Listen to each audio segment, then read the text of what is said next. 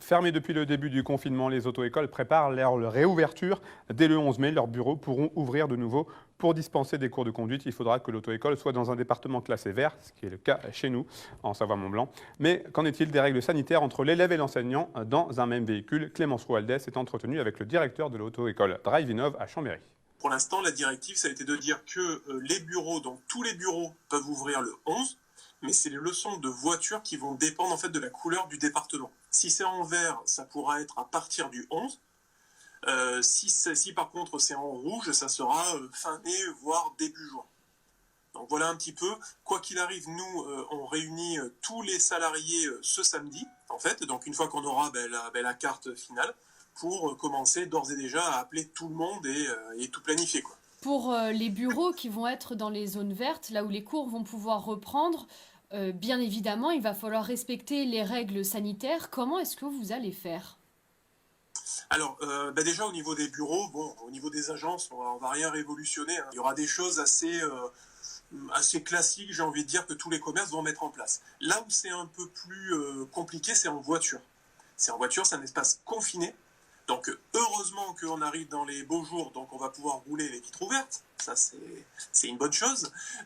Mais par contre, voilà, les enseignants porteront des gants, un masque, plus une visière. Et les élèves seront obligés de venir avec leur masque. Alors, étant donné qu'ils vont prendre normalement les transports en commun, parce que pour prendre des leçons, j'espère qu'ils ne vont pas venir avec leur voiture, mais vu qu'ils vont prendre le transport en commun, ils sont obligés de porter un masque. Donc voilà, donc ça reste crédible. Et entre chaque leçon, une désinfection de la voiture avec un système antibactérien, quoi, en fait, hein, tout simplement, pour limiter au mieux. On n'a pas eu de réelle directive. C'est vrai que pendant un moment, nous, on avait commencé à développer un prototype qui permettait de mettre un plexiglas entre l'élève et l'enseignant, tout en permettant d'intervenir sur les commandes, parce que c'est ça c'est quand même un métier où on doit intervenir à tout moment.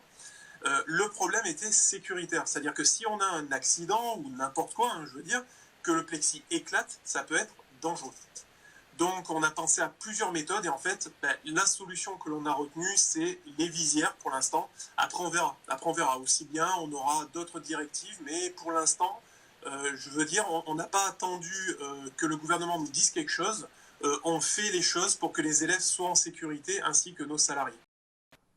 Cette interview qui a été enregistrée mercredi 6 mai, avant donc l'annonce officielle des couleurs, je rappelle, hein, la Haute-Savoie, la Savoie et l'Ain, qui sont ce soir en vert.